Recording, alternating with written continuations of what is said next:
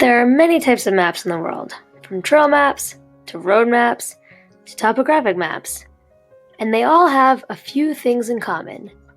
And that's what we're going to talk about today.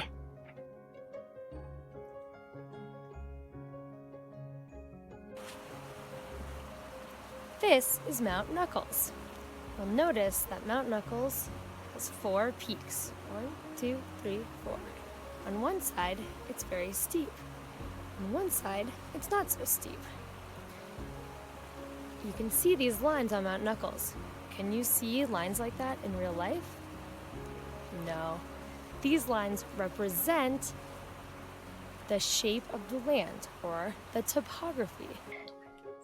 Not all maps show the shape of the mountains, but all good maps should have these 5 essential things. First, I need to draw a map. I'm going to draw a map of my house and my backyard.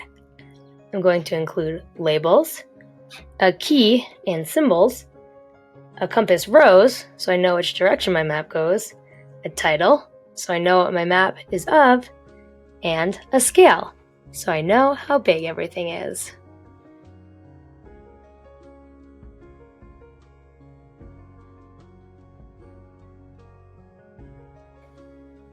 Can you find those 5 essential pieces on this map?